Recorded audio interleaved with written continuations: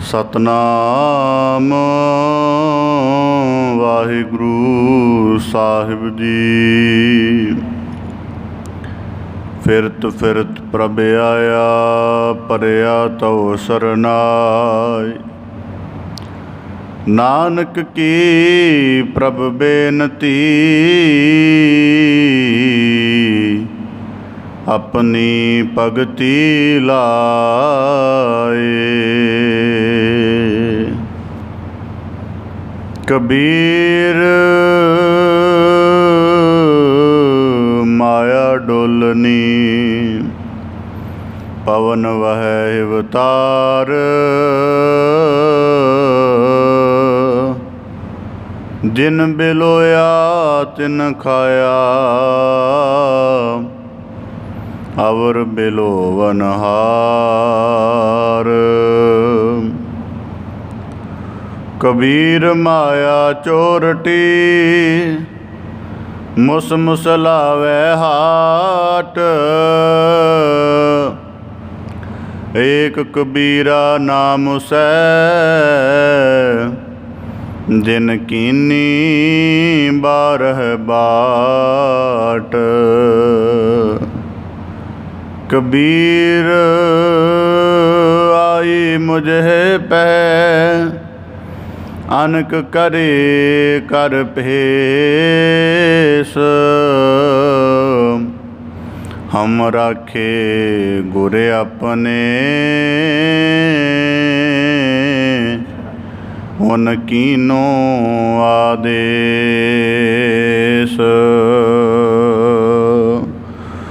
ਮਾਇਆ ਮਮਤਾ ਮੋਹਣੀ, ਜਿਨ ਵਿਣ ਦੰਤਾਂ ਜਗ ਖਾਇਆ। ਮਨ ਮੁਖ ਖਾਦੇ ਗੁਰਮੁਖ ਉਬਰੇ, ਜਿਨੀ ਸਚ ਨਾਮ ਚਿਤ ਲਾਇਆ।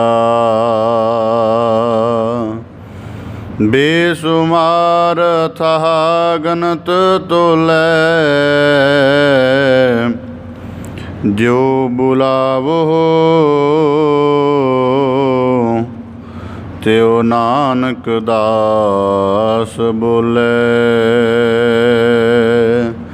ਸਤਨਾਮ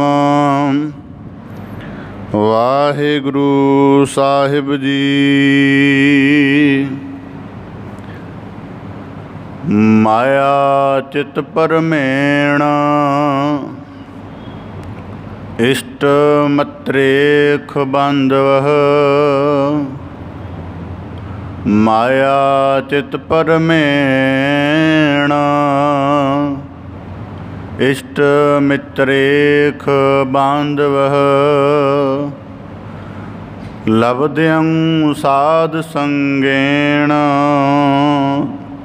ਨਾਨਕ ਸੁਖ ਅਸਥਾਨੰ ਗੋਪਾਲ ਭਜਣੰ। ਲਬਦਿਅੰ ਸਾਧ ਸੰਗੇਣ, ਨਾਨਕ ਸੁਖ ਅਸਥਾਨੰ ਗੋਪਾਲ ਭਜਣੰ। ਵਾਹਿਗੁਰੂ ਜੀ ਕਾ ਖਾਲਸਾ, ਵਾਹਿਗੁਰੂ ਜੀ ਕੀ ਫਤਿਹ। ਧੰਨ ਧੰਨ ਸਤਿਗੁਰੂ ਗੁਰੂ ਗਰੀਬ ਨਿਵਾਜ ਪਤਿਤ ਪਾਵਨ ਭਗਤ ਵਸ਼ਲ ਆਗਮ ਗੋਚਰ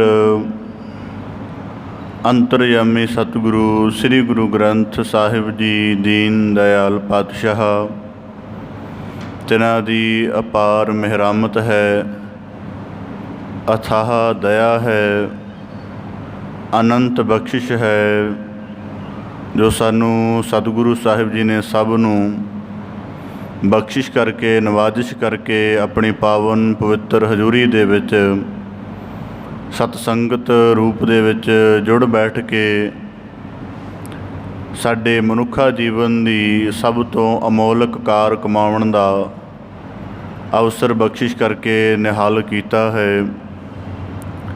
सतगुरु की पावन हजूरी दे विच आप जी अमृतमई बाणी दे कीर्तन द्वारा अपने मन बुद्ध चित्त सुरत नूं गुरु शब्द के रस नाल लबरेज करदिया होया जीवन नूं परम शांत परम आनंद की अवस्था का भागी बनाउण दा अधिकारी बनाउण दा यतन कर रहे सी। सतगुरु साहिब जी बाणी के अंतर्गत बख्शिश करते हैं, प्राणी एको नाम ध्यावो अपनी पत सेती कर जावो। मनुखा जीवन उत्पत हुंदा है, बड़ी निर्मलता है, निष्कपटता है, बड़ी पवित्रता है, होर सारा जीवन का इतना ज़्यादा निर्मलता है कि बचपन दे विच कहा जाता है कि बच्चा रब का रूप है। पर माया अमर के प्रभाव विच आया होया जीव अपनी अमोलक निर्मलता नूं जिहड़ी सुते सिद्ध बख्शिश करके सिमरन का सुभाਅ जिहड़ा सुते सिद्ध करके मिलिया हुंदा है उन्होंने हौली हौली दिन ब दिन गवाउंदा जांदा है ते आखिर गुणां दी रास तो भगती दे नेम तो सिमरनमई हिरदे तो बंदगी अभ्यास तो सत दे चिंतन तो सतसंगत दे ओट आसरे तो इतना दूर चलिया जाता है कि उहदे जीवन की अध्यात्मक पत का कोई अंश बाकी नहीं बचता। सो इस करके साध संगत वो उत्तम स्थान है, बारी तौर पर जीवन की पत है वह भी अवगुणा करके ही हनन हुंदी है। कुदरती तौर पर जिवें असीं आम करके इज्जत की गल करते हैं, पत की गल करते हैं, तो औलाद कोई अवगुणा के सहत हो जाए, किसी अवगुणा दे वाले पासे चल पे तो ही कहने कि साडी इज्जत हुण साबित नहीं रही। तो इस प्रकार साडा वो शुद्ध मन शुद्ध हुई सुरत जदों संसार की भी अवगुणा वाले पासे काम क्रोध अहंकार वाले पासे चल पैंदी है तो उदों साडी परमेश्वरी पत जिहड़ी सानू बख्शिश रूप दे विच मिली हुंदी है उहदी हनन होना, उहदी जिहड़ा विघटन होना है, समाप्त होना है, खत्म होना है, वो शुरू हो जाता। तो साध संगत इस नुकते तो भी महत्वपूर्ण है कि जिथे साडे जीवन की बाहरी इज्जत का असी खुद ख्याल कर सकते हाँ और बड़े सशक्त तरीक़े नाल उहदी संभाल भी कर सकते हाँ।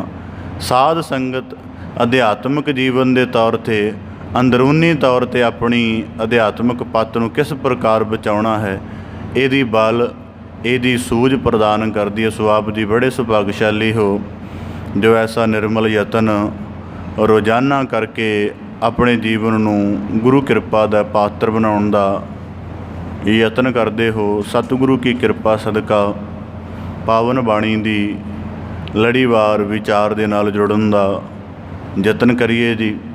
पावन बाणी दी लड़ीवार व्याख्या आरंभ करन तो पहला बड़े अदब सहित उचारण करो जी। सतनाम श्री वाहिगुरु साहिब जी। माया चित परमेण इष्ट मित्रेख बांधवह। धन सतगुरु गुरु अर्जन साहिब जी तिन्हां दी पावन रसना तो उचारण बाणी श्लोक सहस्कृत श्लोक महला पंजवां गाथा दे श्लोकां दी लड़ीवार आप जी व्याख्या श्रवण कर रहे हो। लड़ीवार बयानी व्याख्या के अंतर्गत पिछले श्लोकां दे विच गुरु साहब जी ने बख्शिश की सी।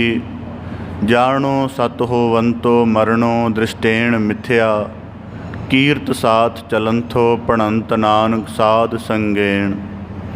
सतगुरु साहब जी कहते जो दृष्टमान है सब नाशवान है।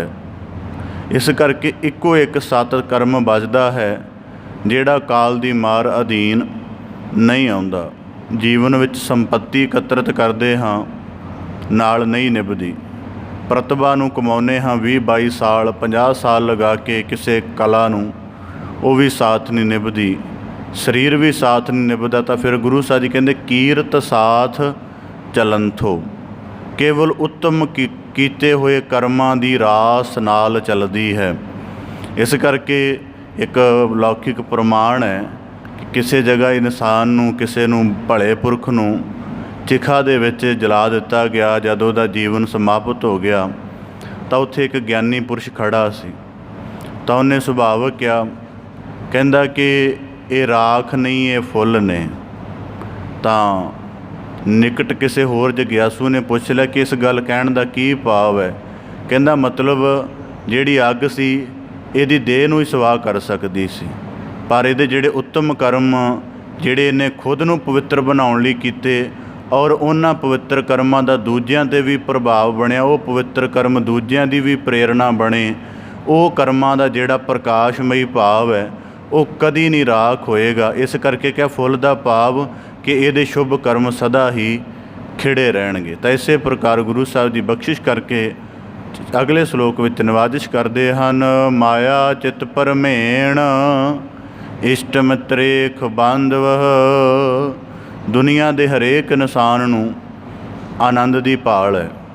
ਦੁਨੀਆ ਦਾ ਹਰੇਕ ਇਨਸਾਨ ਚਾਹੇ ਉਹ ਗਰੀਬੀ ਦੇ ਪੱਧਰ 'ਤੇ ਜਿਉਂ ਰਿਹਾ ਹੈ, ਚਾਹੇ ਅਮੀਰੀ ਹੈ, ਚਾਹੇ ਪੜ੍ਹਾਈ ਤੋਂ ਰਹਿਤ ਹੈ ਜਾਂ ਬਹੁਤ ਵਿਦਿਆਗਵਾਨ ਹੈ, ਉਹਨੂੰ ਆਖਰੀ ਰੂਪ ਦੇ ਵਿੱਚ ਉਹਦਾ ਯਤਨ ਹੈ ਕਿ ਇੰਨਾ ਜ਼ਿਆਦਾ ਆਨੰਦ ਹੋਵੇ, ਇੰਨਾ ਜ਼ਿਆਦਾ ਜੀਵਨ ਸਕੂਨ ਹੋਵੇ ਕਿ ਜੀਵਨ ਰਸ ਨਾਲ ਭਰਿਆ ਲੱਗੇ। ਇਹ ਹਰੇਕ ਇਨਸਾਨ ਦੀ ਤਕਰੀਬਨ ਯਤਨ ਐਸਾ ਹੀ ਹੈ। ਤਾਂ ਗੁਰੂ ਸਾਹਿਬ ਜੀ ਕਹਿੰਦੇ ਇਸੇ ਪ੍ਰਕਾਰ ਇਸੇ ਯਤਨ ਦੇ ਤਹਿਤ ਮਨੁੱਖ ਆਪਣੇ ਯਤਨ ਕਰਦਾ ਹੈ ਤਾਂ ਗੁਰੂ ਸਾਹਿਬ ਜੀ ਫਰਮਾਉਂਦੇ ਹਨ ਮਾਇਆ ਚਿਤ ਪਰਮੇਣ ਇਸ਼ਟ ਮਿਤਰੇਖ ਬਾਂਧਵ। ਤਾਂ ਗੁਰੂ ਸਾਹਿਬ ਜੀ ਕਹਿੰਦੇ ਜਦ ਪਰਮੇਸ਼ਰ ਤੋਂ ਜਨਮ ਲੈ ਕੇ ਉਹਦੀ ਜੋਤ ਰੂਪ ਨੂੰ ਲੈ ਕੇ ਮਨੁੱਖ ਸੰਸਾਰ ਵਿੱਚ ਆਉਂਦਾ ਹੈ, ਜਦੋਂ ਤੱਕ ਉਸ ਜੋਤ ਰੂਪ ਦਾ ਪ੍ਰਤੱਖ ਪ੍ਰਭਾਵ ਬਣਿਆ ਰਹਿੰਦਾ ਜੀਵਨ ਦੇ ਵਿੱਚ, ਉਹ ਕਾਹਦੇ ਕਰਕੇ ਬਣਦਾ ਹੈ? ਬੇਪਰਵਾਹੀ ਕਰਕੇ। ਇਸ ਕਰਕੇ ਬੇਪਰਵਾਹੀ ਇੱਕ ਸੁੱਤੇ ਸਿੱਧ ਸਾਨੂੰ ਅਕਾਲ ਪੁਰਖ ਵੱਲੋਂ ਮਿਲਦੀ ਹੈ। ਇਸ ਬੇਪਰਵਾਹੀ ਕਰਕੇ ਬੱਚੇ ਦਾ ਬਚਪਨ ਹੈ ਜਿਹੜਾ ਉਹ ਬੜਾ ਆਨੰਦ ਭਰਿਆ ਰਹਿੰਦਾ ਹੈ। ਉਹਨੂੰ ਕੋਈ ਵਿਸ਼ੇ ਵਿਕਾਰ ਨਹੀਂ ਵਿਆਪਦੇ, ਕੋਈ ਚਿੰਤਾਵਾਂ ਦਾ ਪੱਧਰ ਨਹੀਂ ਘੇਰਦਾ, ਕੋਈ ਤ੍ਰਿਸ਼ਨਾ ਵਾਸ਼ਨਾ ਈਰਖਾ ਦੀ ਅਗਨ ਨਹੀਂ ਸਾੜਦੀ। ਉਹ ਹਮੇਸ਼ਾ ਆਨੰਦਿਤ ਰਹਿੰਦਾ ਹੈ। ਕੇਵਲ ਦੋ ਕੁ ਗੱਲਾਂ ਨਾਲ ਵਾਸਤਾ ਹੁੰਦਾ ਹੈ, ਖੇਡਣਾ ਅਤੇ ਖਾਣਾ ਪੀਣਾ ਸੌਣਾ। ਇਸ ਤੋਂ ਵਧੇਕ ਜਿਸ ਪਰਿਵਾਰ ਵਿੱਚ ਰਹਿ ਰਿਹਾ ਹੈ ਉਸ ਪਰਿਵਾਰ ਦੇ ਵਿੱਚ ਕਿੱਡਾ ਵੱਡਾ ਸੰਕਟ ਹੈ। ਬੱਚੇ ਨੂੰ ਬੋਧ ਹੁੰਦਿਆਂ ਵੀ ਉਹਦੇ ਤਲ 'ਤੇ ਮਾਨਸਿਕ ਭਾਰ ਨਹੀਂ ਹੁੰਦਾ। ਤਾਂ ਗੁਰੂ ਸਾਹਿਬ ਜੀ ਕਹਿੰਦੇ ਮਨੁੱਖ ਨੂੰ ਪ੍ਰਭਾਵਿਤ ਕੌਣ ਕਰਦਾ ਹੈ? ਮਾਇਆ ਪ੍ਰਭਾਵਿਤ ਕਰਦੀ ਹੈ। ਮਾਇਆ ਚਿੱਤ ਪਰਮੇਣ, ਇਹ ਚਿੱਤ ਨੂੰ ਭਰਮਾਉਂਦੀ ਹੈ। ਚਿੱਤ ਨੂੰ ਭਰਮਾਉਣ ਦਾ ਪਹਿਲਾ ਕਾਰਨ ਮਤਲਬ ਅਸੀਂ ਜੇ ਵਾਚੀਏ ਤਾਂ ਮਾਇਆ ਸਭ ਤੋਂ ਪਹਿਲਾਂ ਜਿਹੜਾ ਚਿੱਤ ਨੂੰ ਭਰਮਾਉਂਦੀ ਹੈ ਉਹ ਭਰਮਾਉਂਦੀ ਹੈ ਪਦਾਰਥਾਂ ਕਰਕੇ।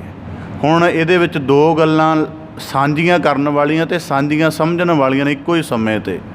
ਇੱਕ ਕੁਦਰਤੀ ਅਕਾਲ ਪੁਰਖ ਤੋਂ ਉਹਦੇ ਜੋਤ ਸਰੂਪ ਸਿਮਰਨ ਰੂਪ ਬਖਸ਼ਿਸ਼ ਕਰਕੇ ਹਿਰਦੇ ਦਾ ਪੂਰਾ ਆਨੰਦ ਬਣਿਆ ਹੋਇਆ ਹੈ ਅਤੇ ਉਸ ਆਨੰਦ ਦੀ ਪ੍ਰਾਪਤੀ ਦੀ ਬਜਾਏ ਸੰਸਾਰ ਦੇ ਕਿਸੇ ਦੂਜੇ ਪਦਾਰਥ ਦੀ ਲੋੜ ਨਹੀਂ ਹੈ। ਪਰ ਹੌਲੀ ਹੌਲੀ ਉਸ ਰਸ ਦਾ ਬੋਧ ਭੁੱਲਦਾ ਜਾ ਰਿਹਾ ਹੈ। ਜਿਹੜਾ ਗਰਭ ਕਾਲ ਦੇ ਵਿੱਚ ਸਿਮਰਨ ਦੇ ਆਭਾਸ ਕਰਕੇ ਆਨੰਦ ਮਾਣਿਆ ਹੈ, ਉਹਦਾ ਅਹਿਸਾਸ ਹੌਲੀ ਹੌਲੀ ਭੁੱਲਦਾ ਜਾ ਰਿਹਾ ਹੈ। ਉਸ ਅਹਿਸਾਸ ਨੂੰ ਭੁੱਲਣ ਦੀ ਬਜਾਏ ਫਿਰ ਉਹਦੀ ਕੰਸੈਪਸ਼ਨ, ਉਹਦਾ ਜਿਹੜਾ ਅਹਿਸਾਸ ਹੈ ਉਹ ਪਦਾਰਥਾਂ ਦੇ ਵਿੱਚ ਪੈਦਾ ਕਰਨਾ ਸ਼ੁਰੂ ਕਰ ਦਿੰਦਾ ਹੈ। ਭਾਵ ਕਿ ਇੱਕ ਪਾਸੇ ਕੁਦਰਤੀ ਪਰਮੇਸ਼ਰ ਦੇ ਚਿੰਤਨ ਨਾਲ ਜਿਹੜਾ ਜੀਵਨ ਸਕੂਨ ਪੈਦਾ ਹੁੰਦਾ, ਹੁਣ ਉਹਦੀ ਬਾਤ ਭੁੱਲਣ ਲੱਗ ਪਿਆ ਹੈ ਜਿਉਂ-ਜਿਉਂ ਜੀਵਨ ਅੱਗੇ ਚੱਲਦਾ ਜਾ ਰਿਹਾ। ਫਿਰ ਉਹਨੂੰ ਪੂਰਿਆਂ ਕਰਨ ਦੇ ਲਈ ਦੂਜਾ ਯਤਨ ਕਰਨਾ ਸ਼ੁਰੂ ਕਰ ਦਿੰਦਾ। ਸਭ ਤੋਂ ਪਹਿਲਾਂ ਖਾਣ ਪੀਣ ਵਾਲੇ ਪਦਾਰਥਾਂ ਦੇ ਤਲ 'ਤੇ ਯਤਨ ਕਰਦਾ ਕਿ ਸ਼ਾਇਦ ਇਹਨਾਂ ਵਿੱਚ ਓਡਾ ਵੱਡਾ ਰਸ ਹੋਵੇ। ਫਿਰ ਹੌਲੀ ਹੌਲੀ ਪਦਾਰਥਾਂ ਦੇ ਰਸ ਥੋੜ੍ਹੇ ਠੀਕ ਨਹੀਂ ਲੱਗਦੇ, ਲੱਗਦਾ ਕਿ ਇਹ ਪੂਰੇ ਕਰਨ ਵਾਲੇ ਨਹੀਂ। ਫਿਰ ਵਿਸ਼ਿਆਂ ਵਿਕਾਰਾਂ ਦੇ ਨਾਲ ਵਾਹ ਬਣਦਾ ਹੈ ਕਿ ਵਿਸ਼ੇ ਵਿਕਾਰ ਵੀ ਸ਼ਾਇਦ ਉਸ ਰਸ ਦੀ ਪੂਰਤੀ ਕਰ ਦੇਣ। ਇਸ ਕਰਕੇ ਸੰਸਾਰ ਭਰ ਦੇ ਜਿਹੜੇ ਅਧਿਆਤਮਿਕ ਪੁਰਖ ਹੋਏ ਨੇ ਉਹਨਾਂ ਨੇ ਕਿਹਾ ਕਿ ਮਨੁੱਖ ਦੇ ਮਨ ਅੰਦਰ ਉਹਦੇ ਜੀਵਨ ਦੇ ਆਰੰਭ ਦੇ ਨਾਲ ਹੀ ਆਨੰਦ ਦਾ ਖਜ਼ਾਨਾ ਵਿਆਪਤ ਹੈ। ਮਨੁੱਖ ਇਹਦੀ ਸਾਰ ਭੁੱਲ ਜਾਂਦਾ, ਇਹਦੀ ਅੰਦਰੂਨੀ ਪੱਧਰ 'ਤੇ ਤਲਾਸ਼ ਭੁੱਲ ਜਾਂਦਾ ਹੈ। ਇਸ ਕਰਕੇ ਬਾਹਰੀ ਯਤਨ ਕਰਨਾ ਸ਼ੁਰੂ ਕਰ ਦਿੰਦਾ ਅਤੇ ਜਿਤਨਾ ਜ਼ਿਆਦਾ ਬਾਹਰੀ ਯਤਨ ਕਰਦਾ ਹੈ ਓਨਾ ਜ਼ਿਆਦਾ ਖੁਆਰ ਹੁੰਦਾ ਹੈ। ਤਾਂ ਇਸੇ ਕਰਕੇ ਗੁਰੂ ਸਾਹਿਬ ਜੀ ਫਰਮਾਉਂਦੇ ਮਾਇਆ ਚਿੱਤ ਪਰਮੇਣ।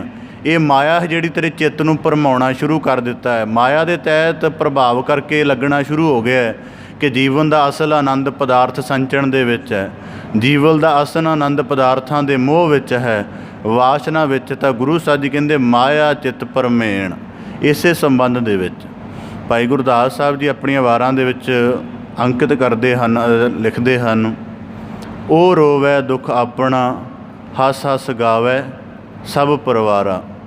ਜੇ ਦੁਨੀਆ ਭਰ ਦੇ ਅਧਿਆਤਮਿਕ ਰਹਿਬਰਾਂ ਪੁਰਸ਼ਾਂ ਨੇ ਮਨੁੱਖ ਦੀ ਜ਼ਿੰਦਗੀ ਦਾ ਸਭ ਤੋਂ ਚੰਗਾ ਰੋਣਾ ਉਹਦੇ ਜਨਮ ਤੋਂ ਪਹਿਲੇ ਰੋਣੇ ਨੂੰ ਮੰਨਿਆ ਹੈ। ਜਿਸ ਕਰਕੇ ਪਹਿਲੀ ਵਾਰੀ ਜਦ ਬੱਚਾ ਰੋਇਆ ਤਾਂ ਦੁਨੀਆ ਦੇ ਅਧਿਆਤਮਿਕ ਪੁਰਸ਼ਾਂ ਦਾ ਕਹਿਣਾ ਕਿ ਸਭ ਤੋਂ ਚੰਗਾ ਰੋਣਾ ਇਹ ਸੀ।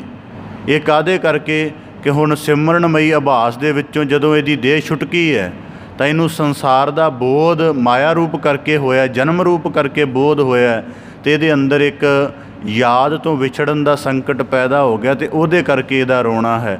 ਪਰ ਭਾਈ ਗੁਰਦਾਸ ਸਾਹਿਬ ਜੀ ਕਹਿੰਦੇ ਉਹ ਰੋਵੈ ਦੁੱਖ ਆਪਣਾ, ਕਿ ਪਹਿਲਾਂ ਕੋਈ ਯਤਨ ਨਹੀਂ ਸੀ ਕਰਨਾ ਪੈਂਦਾ ਸਿਮਰਨ ਦੇ ਅਭਿਆਸ ਵਿੱਚ ਇਕਾਗਰ ਰਹਿਣ ਦੇ ਲਈ।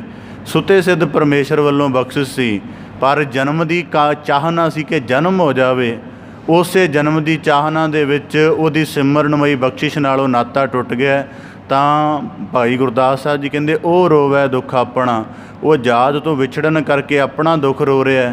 ਪਰਿਵਾਰ ਨੂੰ, ਦਾਈ ਨੂੰ, ਡਾਕਟਰ ਨੂੰ ਇਹ ਖੁਸ਼ੀ ਹੈ ਕਿ ਬੱਚਾ ਰੋਣ ਲੱਗ ਪਿਆ, ਦਾ ਮਤਲਬ ਇਹ ਤੰਦਰੁਸਤ ਪੈਦਾ ਹੋਇਆ। ਤਾਂ ਗੁਰੂ ਸਾਹਿਬ ਭਗਤ ਗੁਰੂ ਸਾਹਿਬ ਦੀ ਭਾਈ ਗੁਰਦਾਸ ਸਾਹਿਬ ਜੀ ਫਰਮਾਉਂਦੇ ਉਹ ਰੋਵੈ ਦੁੱਖ ਆਪਣਾ, ਹੱਸ ਹੱਸ ਗਾਵੈ ਸਭ ਪਰਿਵਾਰਾ। ਇਹ ਰੋਣਾ ਸੀ ਜਿਹੜਾ ਪਹਿਲੀ ਵਾਰੀ ਰੱਬੀ ਜਾਤ ਤੋਂ ਵਿਛੜਨ ਕਰਕੇ ਰੋਇਆ। ਇਸ ਤੋਂ ਬਾਅਦ ਇਹ ਰੋਣੇ ਦਾ ਪ੍ਰਭਾਵ ਮੁੱਕਦਾ ਗਿਆ। ਫਿਰ ਪਦਾਰਥਾਂ ਕਰਕੇ ਰੋਇਆ, ਵਿਸ਼ਿਆਂ ਵਕਾਰਾਂ ਦੀ ਅਤ੍ਰਿਪਤੀ ਕਰਕੇ ਰੋਇਆ, ਪਰਿਵਾਰ ਦੇ ਮੋਹ ਤੋਂ ਥੋੜ੍ਹਾ ਛੁਟਕਾਰਾ ਜਾਂ ਵਿਛੜਨ ਕਰਕੇ ਰੋਇਆ, ਆਪਣੇ ਧਨ ਦੀ ਸੰਪੱਤੀ ਖੁੱਸਣ ਕਰਕੇ ਰੋਇਆ। ਫਿਰ ਜੀਵਨ ਦੇ ਇੰਨੇ ਰੋਣੇ ਵੱਧ ਗਏ ਕਿ ਉਹ ਰੋਣਾ ਚੇਤੇ ਹੀ ਨਹੀਂ ਰਿਹਾ ਜਿਹੜਾ ਪਹਿਲੀ ਵਾਰੀ ਅਕਾਲ ਪੁਰਖ ਦੀ ਯਾਦ ਨਾਲੋਂ ਵਿਛੜਨ ਕਰਕੇ ਪੈਦਾ ਹੋਇਆ ਸੀ। ਤਾਂ ਗੁਰੂ ਸਾਹਿਬ ਜੀ ਕਹਿੰਦੇ ਮਾਇਆ ਚਿੱਤ ਭਰਮੇਣ, ਇਹ ਭਰਮਾਉਂਦੀ ਹੈ। ਚਿੱਤ ਨੂੰ ਕਿਵੇਂ ਭਰਮਾਉਂਦੀ ਹੈ? ਇਹਦੀਆਂ ਵੀ ਕਈ ਵਿਧੀਆਂ ਹਨ। ਹੁਣ ਇੱਕ ਗੱਲ ਇਹ ਹੈ ਕਿ ਇੱਕ ਤਾਂ ਸ਼ਬਦ ਵਿਚਾਰ ਹੈ ਜਿਹੜੀ ਅਸੀਂ 40-45 ਮਿੰਟ 'ਚ ਕਰਦੇ ਹਾਂ, ਪਰ ਮੈਨੂੰ ਇਹਦਾ ਨੁਕਤਾ ਇੱਕ ਹੋਰ ਵੀ ਲੱਗਦਾ ਹੈ ਕਿ ਸ਼ਬਦ ਵਿਚਾਰ ਨੂੰ ਜਿਉਣਾ ਵੀ ਪੈਂਦਾ ਹੈ। ਜੇ ਜਿਉਈਏ ਨਾ ਤਾਂ ਇਹ ਜ਼ਿੰਦਗੀ ਦਾ ਇੱਕ ਵੱਡਾ ਅਨੁਭਵ ਨਹੀਂ ਬਣਦੀ। ਹੁਣ ਮਾਇਆ ਚਿੱਤ ਭਰਮੇਣ ਦਾ ਭਾਵ ਕੀ ਹੈ? ਉਦਾਹਰਨ ਦੇ ਤੌਰ 'ਤੇ ਸਾਨੂੰ ਸਾਰਿਆਂ ਨੂੰ ਪਰਿਵਾਰ ਦੇ ਸੰਬੰਧੀ ਮਿਲਦੇ ਨੇ, ਜੀਵਨ ਦਾ ਬੜਾ ਸਮਾਂ ਉਹਨਾਂ ਦੇ ਨਾਲ ਬਤੀਤ ਕਰਦੇ ਹਾਂ। ਜਾਂ ਇਹਨੂੰ ਸਪਸ਼ਟ ਜਿਹੇ ਸ਼ਬਦਾਂ ਵਿੱਚ ਕਹਿਣਾ ਹੋਵੇ ਕਿ ਬਹੁਤ ਸਾਰੇ ਰਿਸ਼ਤੇਦਾਰਾਂ ਨੂੰ ਮਰਕਟ ਘਾਟ ਤੱਕ ਛੱਡ ਆਏ ਹਾਂ, ਬੜਿਆਂ ਨੂੰ ਚਿਖਾ ਦੇ ਵਿੱਚ ਦਗਦ ਕਰ ਰਹੇ ਹਾਂ, ਬੜਿਆਂ ਦੀਆਂ ਅੰਤਿਮ ਰਸਮਾਵਾਂ ਨੂੰ ਵੀ ਨਿਭਾ ਆਏ ਹਾਂ, ਪਰ ਇੰਨਾ ਕੁਝ ਕਰਨ ਦੇ ਬਾਵਜੂਦ ਵੀ ਆਪਣੀ ਮੌਤ ਦਾ ਚਿੰਤਨ ਨਹੀਂ ਜਾਗਦਾ। ਇਹਨੂੰ ਕਿਹਾ ਜਾਂਦਾ ਮਾਇਆ ਚਿੱਤ ਭਰਮੇਣ। ਭਗਤ ਕਬੀਰ ਸਾਹਿਬ ਜੀ ਨੇ ਤਾਂ ਹੀ ਕਿਹਾ ਕਿ ਮਾਇਆ ਚਿੱਤ ਭਰਮੇਣ ਤੋਂ ਮੁਕਤ ਹੋਣਾ ਹੈ ਤਾਂ ਪਾਰੋਸੀ ਕੇ ਜੋ ਹੁਆ ਤੂੰ ਆਪਣੇ ਪੀ ਜਾਨ। ਹੁਣ ਦੇਖ ਕਿੰਨੀ ਵਾਰੀ ਹੈ, ਕਿਤੇ ਵੀ ਨਹੀਂ ਦੇਖਦਾ, ਮਤਲਬ ਦੇਖਿਆ ਬਹੁਤ ਵਾਰੀ, ਬੜਾ ਖੁਦ ਮਹਿਸੂਸ ਕਰਕੇ ਦੇਖਿਆ ਕਿ ਇਨਸਾਨ ਲਈ ਬੜਾ ਮੁਸ਼ਕਿਲ ਹੈ ਕਿ ਮਰਕਟ ਘਾਟ ਦੇ ਵਿੱਚ ਖਲੋਤਾ ਹੈ ਅਤੇ ਉਹਦੇ ਚਿੰਤਨ ਵਿੱਚ ਪੂਰਾ ਡੁੱਬ ਜਾਏ, ਬੜਾ ਔਖਾ ਹੈ। ਇਸੇ ਕਰਕੇ ਗੁਰੂ ਸਾਹਿਬ ਜੀ ਕਹਿੰਦੇ ਮਾਇਆ ਚਿੱਤ ਭਰਮੇਣ। ਮਾਇਆ ਚਿੱਤ ਭਰਮੇਣ ਕਰਕੇ ਕਹਿੰਦਾ ਇਹ ਜਾ ਰਹੇ ਨੇ ਮੈਂ ਥੋੜ੍ਹਾ ਜਾਵਾਂਗਾ, ਇਹ ਬਿਮਾਰ ਹੋ ਰਹੇ ਨੇ ਮੈਂ ਥੋੜ੍ਹਾ ਹੋਵਾਂਗਾ, ਮਾਇਆ ਇਹਨਾਂ ਨੂੰ ਠੱਗ ਰਹੀ ਮੈਨੂੰ ਥੋੜ੍ਹਾ ਠੱਗ ਰਹੀ ਹੈ। ਇਸ ਕਰਕੇ ਮਾਇਆ ਚਿੱਤ ਭਰਮੇਣ। ਹੁਣ ਦੂਜਾ ਪੱਧਰ ਪਰਿਵਾਰਕ ਮੋਹ ਕਰਕੇ, ਉਦਾਹਰਨ ਦੇ ਤੌਰ 'ਤੇ ਆਪਣੇ ਔਲਾਦ ਨੂੰ ਜਨਮ ਦਿੱਤਾ ਹੈ, ਉਹਦੀ ਪ੍ਰਤਿਪਾਲਨਾ ਕਰ ਲਈਏ, ਜੀਵਨ ਦੇ ਵਿੱਚ ਬੜਾ ਆਨੰਦ ਹੈ, ਪਰ ਹੁਣ ਅੱਗੇ ਅਗਲੀ ਔਲਾਦ ਦਾ ਨੌਕਰ ਹੋ ਗਿਆ ਅਤੇ ਜੇ ਕੋਈ ਸਾਡੇ ਵਰਗਾ ਸੁਚੇਤ ਕਰਦਿਆਂ ਕਹਿ ਦੇ ਕਿ ਹੁਣ ਤਾਂ ਉਹਨਾਂ ਦੀ ਜ਼ਿੰਮੇਵਾਰੀ ਉਹਨਾਂ ਦੇ ਉੱਪਰ ਪਾ ਦਿਓ, ਤਾਂ ਬੜਾ ਹਲਕਾ ਜਿਹਾ ਸ਼ਬਦ ਵਰਤਦਾ ਕਿ ਮੂਲ ਨਾਲੋਂ ਵਿਆਜ ਪੈਰਾ ਹੁੰਦਾ ਹੈ। ਤਾਂ ਇੱਥੇ ਵੀ ਗੁਰੂ ਸਾਹਿਬ ਜੀ ਕਹਿੰਦੇ ਕਾਰਜ ਕੀ ਕਰ ਰਿਹਾ? ਮਾਇਆ ਚਿੱਤ ਭਰਮੇਣ, ਭਾਵ ਕਿ ਮੋਹ ਦੀ ਫਾਹੀ ਪਹਿਲਾਂ ਮਾਤਾ ਪਿਤਾ ਤੱਕ ਸੀ, ਫਿਰ ਪਤਨੀ ਤੱਕ ਆਈ, ਫਿਰ ਬੱਚਿਆਂ ਤੱਕ, ਆਪਣੇ ਬੱਚਿਆਂ ਤੱਕ ਆਈ, ਹੁਣ ਪੁੱਤ ਪੋਤਰਿਆਂ ਤੱਕ। ਤੇ ਹੋ ਸਕਦਾ ਇਸ ਤੋਂ ਅਗਲੀ ਕਾਮਨਾ ਵੀ ਚਲੀ ਜਾਵੇ ਅਤੇ ਉਹ ਕਾਮਨਾ ਇਸ ਰੂਪ ਦੇ ਵਿੱਚ ਪੂਰੀ ਹੋਵੇ ਕਿ ਮੈਨੂੰ ਮਾਲਕ 5 ਪੀੜ੍ਹੀਆਂ ਦੇਖਣ ਦਾ ਜਿਹੜੀ ਹੈ ਆਰਜੂ ਦੇ ਦੇ। ਤਾਂ ਗੁਰੂ ਸਾਹਿਬ ਜੀ ਕਹਿੰਦੇ ਮਾਇਆ ਚਿੱਤ ਭਰਮੇਣ, ਇਹਦੇ ਤਹਿਤ ਵਾਸ਼ਨਾ ਵੀ। ਹੁਣ ਮਾਇਆ ਚਿੱਤ ਭਰਮੇਣ ਦਾ ਇੱਕ ਹੋਰ ਕਾਰਨ ਹੈ ਕਿ ਇਹ ਮਾਇਆ ਚਿੱਤ ਭਰਮੇਣ ਕਰਕੇ, ਜਿਵੇਂ ਦੁਨੀਆ ਕਹਿੰਦੇ ਕਿ ਬਹੁਤ ਵੱਡਾ ਧਨਾੜ ਸੇਠ ਸੀ, ਤਾਂ ਉਹਦੇ ਕੋਲ ਕੋਈ ਸੂਫੀ ਫਕੀਰ ਜਾਂ ਕੋਈ ਫਕੀਰ ਆਤਮਾ ਵਾਲੇ ਲੋਕ ਚਲੇ ਗਏ, ਤਾਂ ਉਹ ਬਹੁਤ ਸਾਰੀ ਆਪਣੀ ਧਨ ਸੰਪਦਾ ਗਿਣ ਰਿਹਾ ਸੀ, ਬੜਾ ਮਸਤ ਸੀ ਉਹ ਪੈਸੇ ਵਗੈਰਾ ਗਿਣਨ ਦੇ ਵਿੱਚ। ਤਾਂ ਉਹਨਾਂ ਫਕੀਰ ਜਨਾਂ ਨੇ ਕਿਹਾ ਤੇ ਜਿਵੇਂ ਗੁਰੂ ਨਾਨਕ ਸਾਹਿਬ ਜੀ ਦੇ ਜੀਵਨ ਦੀ ਘਟਨਾ ਹੈ, ਸਿੱਧੀ ਜੀ ਅਸੀਂ ਸਪਸ਼ਟ ਗੱਲ ਕਰੀਏ ਤਾਂ ਉਹਨਾਂ ਨੇ ਭਾਈ ਮੂਲੇ ਨੂੰ ਕਹਿ ਦਿੱਤਾ ਸੀ ਕਿ ਇਹ ਸਾਡੀ ਸੂਈ ਰੱਖ ਲੈ, ਅਸੀਂ ਦਰਗਾਹ ਦੇ ਵਿੱਚ ਤੇਰੇ ਕੋਲੋਂ ਲੈ ਲਵਾਂਗੇ, ਸਾਡੀ ਨਿਸ਼ਾਨੀ ਰੱਖ ਲੈ। ਤਾਂ ਉਹ ਕੀ ਹੋਇਆ ਕਿ ਜਦੋਂ ਘਰ ਗਿਆ ਤਾਂ ਜਿਵੇਂ ਹਰੇਕ ਆਮ ਸੁਭਾਵਿਕ ਹੁੰਦਾ ਹੈ ਨਾ ਕਿ ਘਰ ਦਾ ਬਹੁਤਾ ਸਾਰਾ ਕਾਰਜ ਭਾਰ ਪਤਨੀ ਕੋਲ ਹੁੰਦਾ, ਇਸਤਰੀ ਕੋਲ ਹੁੰਦਾ, ਉਵੇਂ ਭਾਈ ਮੂਲੇ ਨੇ ਜਾ ਕੇ ਆਪਣੀ ਪਤਨੀ ਨੂੰ ਕਿਹਾ ਕਿ ਸਤਿਗੁਰੂ ਗੁਰੂ ਨਾਨਕ ਸਾਹਿਬ ਜੀ ਨੇ ਸੂਈ ਦਿੱਤੀ ਹੈ ਤਾਂ ਇਸ ਪ੍ਰਕਾਰ ਇਹਨੂੰ ਘਰ ਦੇ ਵਿੱਚ ਰੱਖ ਲੈ, ਜਾਂ ਦੁਨੀ ਚੰਦ ਕਰਕੇ ਸ਼ਾਇਦ ਜ਼ਿਕਰ ਹੁੰਦਾ। ਤਾਂ ਉਹ ਕਹਿਣ ਲੱਗੇ ਕਿ ਤੁਸੀਂ ਭੋਲੇ ਹੋ, ਦੁਨੀਆ ਦੇ ਵਿੱਚ ਆਇਆ ਮਨੁੱਖ ਤਾਂ ਪਦਾਰਥ ਤਾਂ ਕੀ ਕੁਝ ਵੀ ਸਰੀਰ ਵੀ ਨਾਲ ਨਹੀਂ ਲਿਜਾ ਸਕਦਾ, ਇਹ ਸੂਈ ਕਿੱਥੇ ਲੈ ਜਾਵਾਂਗੇ, ਤੁਸੀਂ ਵਾਪਸ ਕਰੋ, ਇਹ ਬਚਨ ਸਾਡੇ ਕੋਲੋਂ ਨਹੀਂ ਨਿਭਾਇਆ ਜਾਣਾ। ਵਾਪਸ ਗੁਰੂ ਚਰਨਾਂ ਕੋਲ ਗਿਆ ਤਾਂ ਗੁਰੂ ਸਾਹਿਬ ਜੀ ਕਹਿਣ ਲੱਗਾ ਜੀ ਇਹ ਸੂਈ ਮੈਂ ਤੁਹਾਨੂੰ ਦਰਗਾਹ ਦੇ ਵਿੱਚ ਨਹੀਂ ਦੇ ਸਕਦਾ। ਤਾਂ ਗੁਰੂ ਨਾਨਕ ਸਾਹਿਬ ਜੀ ਸੁਚੇਤ ਕਰਦਿਆਂ ਕਹਿਣ ਲੱਗੇ ਭਾਈ ਜੇ ਇੱਕ ਸੂਈ ਜਿਹਦਾ ਕੁਝ ਗ੍ਰਾਮ ਭਾਰ ਹੈ ਅਤੇ ਕੁਝ ਗ੍ਰਾਮ ਹਸਤੀ ਹੈ, ਜਿਹਦੀ ਨਿੱਕਾ ਜਿਹਾ ਆਕਾਰ ਹੈ, ਜੇ ਉਹ ਤੇਰੇ ਨਾਲ ਨਹੀਂ ਜਾ ਸਕਦੀ ਤਾਂ ਜਿਹੜੀਆਂ ਆ 7 ਲੱਖ ਦੀਆਂ 7 ਝੰਡੀਆਂ ਲਗਾਈਆਂ ਨੇ, ਇੰਨੀ ਮਾਇਆ ਦਾ ਗਰਭ ਤੇਰੇ ਨਾਲ ਕਿੱਥੇ ਜਾਏਗਾ। ਜਦੋਂ ਇਸ ਪ੍ਰਕਾਰ ਗੱਲ ਕੀਤੀ ਤਾਂ ਸੁਚੇਤ ਹੋ ਗਿਆ। ਤਾਂ ਗੁਰੂ ਸਾਹਿਬ ਜੀ ਕਹਿੰਦੇ ਮਾਇਆ ਚਿੱਤ ਭਰਮੇਣ ਬੜੇ ਪ੍ਰਕਾਰ ਕਰਕੇ ਭਰਮਾਉਂਦੀ ਹੈ। ਸੰਬੰਧੀ ਉੱਠ ਰਹੇ ਨੇ, ਆਪਣਾ ਮਰਨਾ ਚੇਤੇ ਨਹੀਂ ਆ ਰਿਹਾ।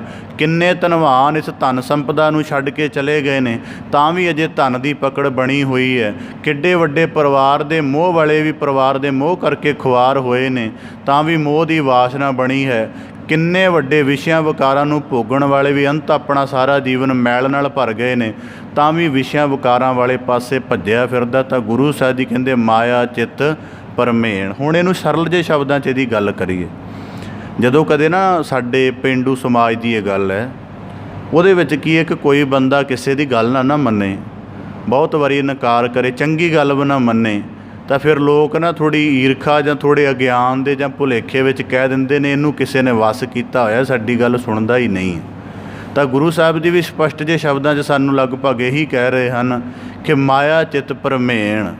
ਰੋਜ਼ਾਨਾ ਗੁਰੂ ਸ਼ਬਦ ਕਾ ਯਾਦ ਕਰਵਾਉਂਦਾ ਹੈ, ਰੇ ਨਾਰੇ ਸਾਚੀ ਜੀ ਧਾਰ, ਸਗਲ ਜਗਤ ਹੈ ਜੈਸੇ ਸੁਪਨਾ ਬਿਨਸਤ ਲਗਤ ਨਾ ਬਾਰ। ਗੁਰੂ ਦੀ ਇਹ ਗੱਲ ਸਮਝ 'ਚ ਆ ਹੀ ਨਹੀਂ ਰਹੀ, ਫਿਰ ਸਦੀਵੀ ਮੰਨ ਕੇ ਚੱਲ ਰਿਹਾ ਹੈ। ਗੁਰੂ ਤੇਗ ਬਹਾਦਰ ਸਾਹਿਬ ਜੀ ਕਹਿੰਦੇ ਨੇ ਸਾਧੋ ਕਿ ਅਚਰਜ ਲਖਿਓ ਨਾ ਜਾਈ, ਇੱਕ ਬਿਨਸੈ ਇੱਕ ਅਸਥਿਰ ਮਾਨੈ, ਤੇਸੇ ਪ੍ਰਸਾਦੋ ਰਚਨਾ ਰਾਮ ਬਣਾਈ, ਇੱਕ ਬਿਨਸੈ ਇੱਕ ਅਸਥਿਰ ਮਾਨੈ, ਅਚਰਜ ਲਖਿਓ ਨਾ ਜਾਈ। ਰੋਜ਼ਾਨਾ ਗੁਰੂ ਸ਼ਬਦ 'ਚ ਸੁਣਦਾ ਹੈ ਪਰ ਉਹਦੇ ਅਨੁਸਾਰ ਕਰਮ ਨਹੀਂ ਹੈ। ਰੋਜ਼ਾਨਾ ਗੁਰੂ ਸ਼ਬਦ ਵਿੱਚ ਸੁਣਦਾ ਹੈ ਕਿ ਨਾ ਕੋਊ ਲੈ ਆਇਓ ਇਸ ਧਨ ਕੋ, ਨਾ ਕੋਊ ਲੈ ਜਾਤ, ਤਾਂ ਵੀ ਧਨ ਦੀ ਪਕੜ ਬੜੀ ਪੀढ़ੀ ਬਣੀ ਹੋਈ ਹੈ। ਇਸੇ ਪ੍ਰਕਾਰ ਗੁਰੂ ਸਾਹਿਬ ਜੀ ਫਰਮਾਉਂਦੇ ਮਾਇਆ ਚਿੱਤ ਭਰਮੇਣ, ਕਿਉਂਕਿ ਉਹਨੇ ਭਰਮਾਇਆ ਹੋਇਆ ਉਹ ਸੱਤ ਦਾ ਚਿੰਤਨ ਨਹੀਂ ਪੈਦਾ ਹੋਣ ਦਿੰਦੀ, ਉਹ ਸੱਚ ਦੇ ਨੇੜੇ ਹੀ ਨਹੀਂ ਜਾਣ ਦਿੰਦੀ। ਤਾਂ ਗੁਰੂ ਸਾਹਿਬ ਜੀ ਕਹਿੰਦੇ ਇਸ਼ਟ ਮਿਤਰੇਖ ਬੰਧਵਹ। ਤਾਂ ਇਸੇ ਕਰਕੇ ਮੋਹ ਕਰਕੇ ਸੰਬੰਧੀਆਂ ਨਾਲ ਬੱਝਾ ਰਹਿੰਦਾ ਹੈ, ਲੋਭ ਕਰਕੇ ਪਦਾਰਥਾਂ ਨਾਲ ਬੱਝਾ ਰਹਿੰਦਾ ਹੈ, ਵਾਸਨਾ ਕਰਕੇ ਵਿਕਾਰਾਂ ਨਾਲ ਬੱਝਾ ਰਹਿੰਦਾ ਹੈ। ਸਮੁੱਚਾ ਜੀਵਨ ਇਸੇ ਮਾਇਆ ਦੀ ਫਾਸ ਵਿੱਚ ਚੱਲਦਾ। ਤਾਂ ਗੁਰੂ ਸਾਹਿਬ ਜੀ ਕਹਿੰਦੇ ਬੰਧ ਵਹੇ, ਤਾਂ ਇਸ ਨੂੰ ਬੰਨ੍ਹ ਕੇ ਰੱਖਦੇ ਹਨ।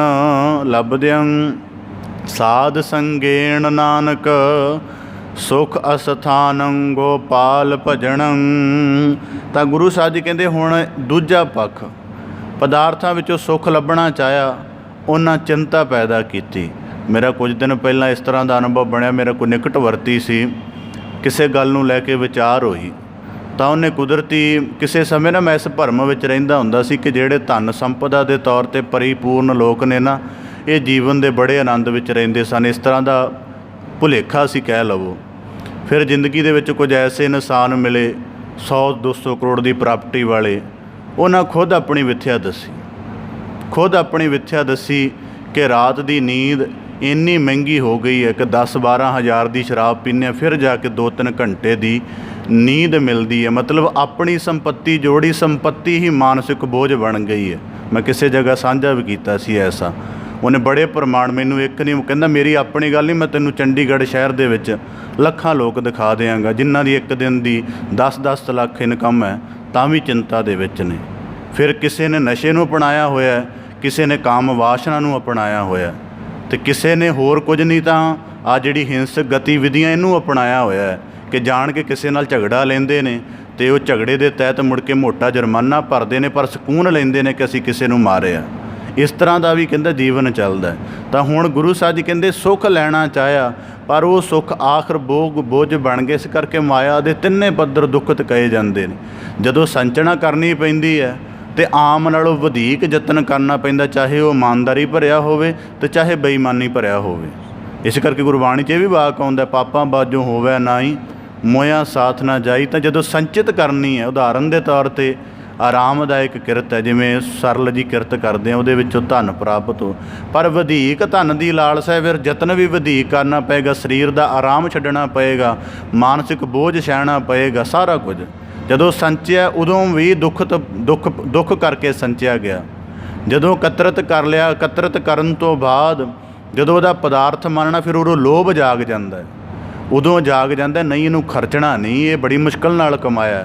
ਉਦੋਂ ਵੀ ਉਹਦਾ ਚੌਂਕੀਦਾਰ ਬਣ ਕੇ ਰਹਿਣਾ। ਇਸ ਕਰਕੇ ਸਿਆਣੇ ਕਹਿੰਦੇ ਜਿਹੜਾ ਮਾਇਆਧਾਰੀ ਬੰਦਾ ਹੁੰਦਾ ਨਾ, ਉਹ ਧਨ ਦਾ ਮਾਲਕ ਨਹੀਂ, ਧਨ ਦਾ ਚੌਂਕੀਦਾਰ ਹੁੰਦਾ ਹੈ। ਜਿਵੇਂ ਨਗਰ ਦੇ ਵਿੱਚ ਕੋਈ ਚੌਂਕੀਦਾਰ ਕਰਦਾ ਹੈ, ਸਾਰੇ ਮੁਹੱਲੇ ਦੀ ਰਾਤ ਨੂੰ ਰੱਖਿਆ ਕਰਦਾ, ਇਹਦਾ ਮਤਲਬ ਥੋੜ੍ਹਾ ਕਿ ਜਿੰਨੀਆਂ ਕੋਠੀਆਂ ਦੇ ਤਹਿਤ ਉਹ ਆਵਾਜ਼ ਦੇ ਰਿਹਾ, ਜਿੰਨੇ ਮੁਹੱਲੇ ਦੇ ਵਿੱਚ ਉਹਨਾਂ ਦਾ ਮਾਲਕ ਹੋ ਗਿਆ, ਨਹੀਂ, ਉਹ ਕੇਵਲ ਚੌਂਕੀਦਾਰ ਹੈ। ਇਸੇ ਪ੍ਰਕਾਰ ਫਿਰ ਤੀਜੇ ਪੱਧਰ 'ਤੇ ਜਦੋਂ ਧਨ ਤਿਆਗਣਾ ਪੈਂਦਾ ਕਿ ਇਹ ਮੈਂ ਸੰਚਿਤ ਕੀਤਾ, ਹੁਣ ਇਹ ਮੈਨੂੰ ਛੱਡਣਾ ਪਏਗਾ, ਮਤਲਬ ਇਹਨੂੰ ਛੱਡ ਕੇ ਸੰਸਾਰ ਤੋਂ ਰੁਖਸਤ ਹੋਵਾਂਗਾ, ਫਿਰ ਇਹ ਵੀ ਗੱਲ ਦੁਖਤ ਕਰਦੀ ਹੈ। ਤਾਂ ਗੁਰੂ ਸਾਹਿਬ ਜੀ ਕਹਿੰਦੇ ਸੁੱਖ ਕਿਸੇ ਪੱਧਰ 'ਤੇ ਨਹੀਂ ਹੋਇਆ। ਗੁਰੂ ਤੇਗ ਬਹਾਦਰ ਸਾਹਿਬ ਦੇ ਕੱਲ੍ਹ ਪਰਸੋਂ ਸ਼ਲੋਕ ਸਰਵਣ ਕਰ ਰਿਹਾ ਸੀ, ਤਾਂ ਇੱਕ ਨਾ ਵਾਕ ਆਇਆ ਉਹਦੇ ਵਿੱਚ, ਮਨ ਮਾਇਆ ਮੈਂ ਰਮ ਰਹਿਓ ਨਿਕਸਤ ਨਾਹਿਨ ਮੀਤ। ਕਿ ਨਿਕਲਦਾ ਕਿੱਥੇ ਹੈ, ਨਿਕਲ ਹੀ ਨਹੀਂ ਰਿਹਾ। ਗੁਰੂ ਮੈਂ ਕਈ ਵਾਰੀ ਸੋਚਿਆ ਕਿ ਗੁਰਬਾਣੀ ਦੇ ਨਾ ਕੋਈ ਵੀ ਉਪਦੇਸ਼, ਜਿਵੇਂ ਅਸੀਂ ਪਿਛਲੀ ਪਾਵਨ ਬਾਣੀ ਦੀ ਵਿਆਖਿਆ ਪੂਰੀ ਸਰਵਣ ਕੀਤੀ, ਅਗਰ ਉਹ ਵੀ ਪੂਰੀ ਵਿਆਖਿਆ ਸਰਵਣ ਕਰ ਲਈਏ, ਜੇ ਉਹ ਵੀ ਨਹੀਂ ਤਾਂ ਗੁਰੂ ਤੇਗ ਬਹਾਦਰ ਸਾਹਿਬ ਜੀ ਦੇ ਸ਼ਲੋਕ ਹੀ ਸਰਵਣ ਕਰ ਲਈਏ ਪੂਰੇ ਖੁੱਭ ਕੇ, ਤਾਂ ਮੈਨੂੰ ਲੱਗਦਾ ਕਿਤੇ ਨਾ ਕਿਤੇ ਥੋੜ੍ਹਾ ਬਹੁਤਾ ਜੀਵਨ ਜਾਗ ਸਕਦਾ ਹੈ, ਕਿਤੇ ਨਾ ਕਿਤੇ। ਮਤਲਬ ਹਰੇਕ ਸ਼ਲੋਕ ਨੂੰ ਵਾਚੋ ਤਾਂ ਸਹੀ, ਕਿਹਾ ਕੀ ਜਾ ਰਿਹਾ ਉਹਦੇ ਵਿੱਚ। ਤਾਂ ਗੁਰੂ ਸਾਹਿਬ ਦੀ ਭਜ ਮਨਾ ਪਤਾ ਨਹੀਂ ਕਿੰਨੀ ਵਾਰੀ ਆ ਰਿਹਾ। ਇਹਦਾ ਮਤਲਬ ਜਦੋਂ ਗੁਰੂ ਸਾਹਿਬ ਜੀ ਨੇ ਸਾਨੂੰ 57 ਵਾਰੀ ਕਹਿ ਦਿੱਤਾ, ਘੱਟੋ ਘੱਟ ਇੱਕ ਵਾਰੀ ਤਾਂ ਮੰਨ ਹੀ ਸਕਦੇ ਆ ਮਾੜਾ ਮੋਟਾ ਯਤਨ ਕਰਕੇ। ਜਾਂ ਆਰੰਭ ਦੇ ਵਿੱਚ ਯਤਨ ਆਉਂਦਾ, ਗੁਣ ਗੋਬਿੰਦ ਗਾਇਓ ਨਹੀਂ ਜਨਮ ਅਕਾਰਥ ਕੀਨ। ਦੁਨੀਆ ਦੀਆਂ ਬੜੀਆਂ ਗੱਪਾਂ ਮਾਰੀਆਂ ਨੇ, ਪਰ ਜਦੋਂ ਬਾਣੀ ਦੇ ਸ਼ਬਦ ਦੇ ਉਚਾਰਨ ਦੀ ਗੱਲ ਆਈ ਤਾਂ ਕਈ ਕਹਿਣਗੇ ਜੀ ਸਾਨੂੰ ਸਮਝ ਹੀ ਨਹੀਂ ਆਉਂਦੀ। ਮੈਂ ਕਿਹਾ ਜੀ ਹੁਕਮਨਾਮਾ ਤਾਂ ਰੋਜ਼ਾਨਾ ਬਾਹਰ ਡਿਸਪਲੇ ਹੁੰਦਾ, ਪੰਜਾਬੀ ਤਾਂ ਪੜ੍ਹ ਹੀ ਸਕਦੇ ਹੋ, ਪਰ ਗੱਲ ਕੀ ਹੈ ਕਿ ਸੁਭਾਅ ਹੀ ਉਹੋ ਜਿਹਾ ਨਹੀਂ ਹੈ। ਤਾਂ ਗੁਰੂ ਸਾਹਿਬ ਜੀ ਕਹਿੰਦੇ ਲੱਭਦਿਅੰ ਸਾਧ ਸੰਗੇਣ ਨਾਨਕ, ਅਸਲ ਸੁੱਖ ਸਾਧ ਸੰਗਤ ਦੇ ਅਭਿਆਸ ਵਿੱਚ ਲੱਭੇਗਾ। ਜਦੋਂ ਸਾਧ ਸੰਗਤ ਵਿੱਚ ਜਾ ਕੇ ਕਿਵੇਂ ਲੱਭੇਗਾ, ਉੱਥੇ ਗਿਆਨ ਦੀ ਦ੍ਰਿਸ਼ਟੀ ਮਿਲੇਗੀ। ਸੰਸਾਰ ਵਿੱਚ ਰਹਿ ਰਿਹਾ ਅਤੇ ਸੰਸਾਰ ਕਹਿ ਰਿਹਾ ਹੋਰ ਕਮਾ। ਸਾਧ ਸੰਗਤ ਵਿੱਚ ਜਾਏਗਾ ਤਾਂ ਸਾਧ ਸੰਗਤ ਦੇ ਵਿੱਚ ਜਾਏਗਾ ਕਿ ਬਾਹਰੀ ਧਨ ਇੱਥੇ ਹੀ ਰਹਿਣ ਵਾਲੇ ਨੇ, ਕੋਈ ਅੰਦਰੂਨੀ ਧਨ ਕਮਾ, ਕੋਈ ਬੰਦਗੀ ਦੇ ਨੇਮ ਕਰਕੇ, ਕੋਈ ਸੇਵਾ ਦੇ ਸੁਭਾਅ ਕਰਕੇ ਉਹ ਧਨ ਕਮਾਓ, ਤੇਰੇ ਜੀਵਨ ਦਾ ਅਸਲ ਸਕੂਨ ਪੈਦਾ ਹੋਏਗਾ।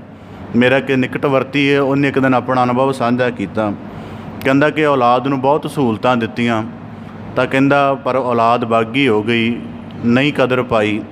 ਕਹਿੰਦਾ ਫਿਰ ਕਿਸੇ ਜਗ੍ਹਾ ਕੁਝ ਇਸ ਤਰ੍ਹਾਂ ਦਾ ਸੁਣਿਆ, ਤਾਂ ਕਹਿੰਦਾ ਹੁਣ ਉਹੀ ਪੈਸੇ ਜਿਹੜੇ ਔਲਾਦ ਨੂੰ ਦਿੰਨਾ ਸਾਂ ਤਾਂ ਉਹ 50 ਨੁਕਸ ਕੱਢਦੇ ਸਨ, ਉਹੀ ਕਿਸੇ ਲੋੜਵੰਦ ਨੂੰ ਦਿੰਨਾ ਤਾਂ ਉਹਨਾਂ ਕੋਲ ਅਸੀਸਾਂ ਮਿਲਦੀਆਂ ਨੇ ਅਤੇ ਜ਼ਿੰਦਗੀ ਦਾ ਸਕੂਨ ਪੈਦਾ ਹੋਣਾ ਸ਼ੁਰੂ ਹੋ ਗਿਆ। ਕਹਿੰਦਾ ਆਨੰਦ ਆਉਣਾ ਸ਼ੁਰੂ ਹੋ ਗਿਆ। ਉਹੀ ਦੋਸਤਾਂ ਦੀ ਮਹਿਫਲਾਂ ਵਿੱਚ ਬੈਠਦਾ ਸਾਂ ਤਾਂ ਜਿਹੜੇ ਕਹਿੰਦੇ ਸਨ ਭਾਵੇਂ ਲੱਖਾਂ ਦਾ ਕਾਰੋਬਾਰ ਤਾਂ ਵੀ ਕਹਿੰਦੇ ਤੂੰ ਅਜੇ ਮੱਧ ਵਰਗੀ ਹੈ। ਕਹਿੰਦੇ ਹੁਣ ਸੰਤੋਖ ਵਾਲਿਆਂ ਦੇ ਵਿੱਚ ਸਤਸੰਗੀਆਂ ਵਿੱਚ ਬੈਠਦਾ ਹਾਂ ਤਾਂ ਕੀਰਤਨ ਦਾ ਆਹਾਰ ਬਣਦਾ ਅਤੇ ਜ਼ਿੰਦਗੀ ਦਾ ਕਹਿੰਦਾ ਥੋੜ੍ਹਾ ਬਹੁਤਾ ਸਕੂਨ ਆਉਣਾ ਸ਼ੁਰੂ ਹੋ ਗਿਆ। ਤਾਂ ਗੁਰੂ ਸਾਹਿਬ ਜੀ ਕਹਿੰਦੇ ਲੱਭਦਿਅੰ ਸਾਧ ਸੰਗੇਣ, ਲੱਭਦਾ ਹੈ ਪਰਮ ਸੁੱਖ ਸਾਧ ਸੰਗਤ ਦੇ ਵਿੱਚ ਜਾ ਕੇ। ਕਿਉਂਕਿ ਜੇ ਸੰਸਾਰ ਵਿੱਚ ਰਹਾਂਗੇ ਤਾਂ ਸੰਸਾਰ ਹਮੇਸ਼ਾ ਸਾਨੂੰ ਛੋਟਾ ਕਰਕੇ ਜਾਂ ਅਧੂਰਾ ਕਰਕੇ ਗਿਣਦਾ ਰਹੇਗਾ, ਪਰ ਜਦੋਂ ਸੰਸਾਰ ਹੋਰਾਂ ਸਿਲਸਿਲਿਆਂ ਵਿੱਚ ਪਾ ਕੇ ਵੇਖੇਗਾ, ਜਿਵੇਂ ਉਦਾਹਰਨ ਦੇ ਤੌਰ 'ਤੇ ਮੈਂ ਖੁਦ ਇੱਕ ਵਾਰੀ ਮੇਰੇ ਨਾਲ ਐਸਾ ਅਨੁਭਵ ਵਾਪਰਿਆ ਕਿ ਸਾਡੀ ਹਸਤੀ ਨੂੰ ਗਿਆਨ ਜਾਂ ਬੰਦਗੀ ਜਾਂ ਗੁਰੂ ਕੀ ਸੇਵਾ ਦੇ ਨੁਕਤੇ ਤੋਂ ਵੇਖਣ ਦੀ ਬਜਾਏ ਪਦਾਰਥਕ ਦ੍ਰਿਸ਼ਟੀਕੋਣ ਤੋਂ ਵੇਖਿਆ ਜਾਂਦਾ ਹੈ ਕਿ ਜੀ ਤੁਹਾਡੇ ਕੋਲ ਅਜੇ ਪਦਾਰਥਕ ਸੰਪੰਨਤਾ ਨਹੀਂ ਹੈ, ਇਸ ਕਰਕੇ ਤੁਸੀਂ ਅਜੇ ਜ਼ਿੰਦਗੀ ਦੀ ਤੋਰ ਦੇ ਵਿੱਚ ਸ਼ਾਮਲ ਨਹੀਂ ਹੋਏ, ਮਤਲਬ ਗਿਣਤੀ ਵਾਲੇ ਬੰਦਿਆਂ 'ਚ ਨਹੀਂ ਆਏ, ਕਿਉਂਕਿ ਪਦਾਰਥਕ ਤੌਰ 'ਤੇ ਪੂਰੇ ਸੰਪੰਨ ਨਹੀਂ ਹੋ। ਤਾਂ ਗੁਰੂ ਸਾਹਿਬ ਜੀ ਕਹਿੰਦੇ ਲੱਭਦਿਅੰ ਸਾਧ ਸੰਗੇਣ। ਹੁਣ ਦੋ ਗੱਲਾਂ ਤੁਲਨਾ ਕਰ ਲਈਏ ਥੋੜ੍ਹੀ ਜਿਹੀ ਤਾਂ ਕਿ ਗੱਲ ਸਪਸ਼ਟ ਹੋ ਜਾਏ। ਹੁਣ ਉਦਾਹਰਨ ਦੇ ਤੌਰ 'ਤੇ ਕੀਰਤਨ ਸ਼ਰਵਣ ਕਰਦੇ ਹੋ, ਆਪ ਦੀ ਕਥਾ ਸ਼ਰਵਣ ਕਰਦੇ ਹੋ, ਸੇਵਾ ਕਰਦੇ ਹੋ।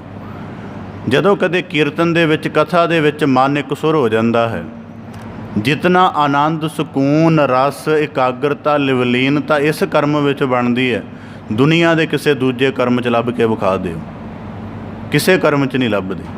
ਤਾਂ ਗੁਰੂ ਸਾਹਿਬ ਜੀ ਕਹਿੰਦੇ ਲੱਭਦਿਆਂ ਸਾਧ ਸੰਗੇਣ ਨਾਨਕ, ਉੱਤਮ ਸੁੱਖ ਲੱਭਦਾ ਹੈ ਗੋਪਾਲ ਭਜਣੰ। ਜਦੋਂ ਗੋਪਾਲ ਪਰਮੇਸ਼ਰ ਦੀ ਕੀਰਤੀ ਕੀਤੀ ਜਾਂਦੀ ਹੈ ਤਾਂ ਫਿਰ ਬੰਦਾ ਸਾਰਿਆਂ ਹੀ ਚੀਜ਼ਾਂ ਤੋਂ ਛੁੱਟਦਾ ਹੌਲੀ ਹੌਲੀ। ਫਿਰ ਉਹਨੂੰ ਪਤਾ ਲੱਗਦਾ, ਫਿਰ ਗਿਆਨ ਦੀਆਂ ਦ੍ਰਿਸ਼ਟੀਆਂ ਬੜੀਆਂ ਪੈਦਾ ਹੋ ਜਾਂਦੀਆਂ ਨੇ। ਤਾਂ ਇਸੇ ਪ੍ਰਕਾਰ ਗੁਰਬਾਣੀ 'ਚ ਇੱਕ ਵਾਕ ਹੁੰਦਾ ਹੈ, ਨਾਂਗੇ ਆਵਨ ਨਾਂਗੇ ਜਾਨਾ, ਕੋਏ ਨਾ ਰਹਿ ਰਾਜਾ ਰੰਨ। ਤਾਂ ਉਹਦੇ ਵਿੱਚ ਜ਼ਿਕਰ ਆਉਂਦਾ ਹੈ ਕਿ ਜ਼ਿੰਦਗੀ ਭਰ ਬਸਤਰ ਇਕੱਠੇ ਕਰਦੇ ਰਹੇ ਹਾਂ, ਪਰ ਅਸਲੀਅਤ ਤਾਂ ਇਹ ਹੈ ਕਿ ਨਾਂਗੇ ਆਵਨ ਨਾਂਗੇ ਜਾਨਾ। ਇਸ ਕਰਕੇ ਜੀਵਨ ਦੇ ਵਿੱਚ ਜੇ ਸਾਦਗੀ ਪੈਦਾ ਕਰਨੀ ਹੋਵੇ ਤਾਂ ਇਹ ਵੀ ਵਾਕ ਮਨੁੱਖ ਦੇ ਕੰਮ ਆ ਸਕਦਾ ਹੈ ਔਰ ਆਉਂਦਾ ਹੈ।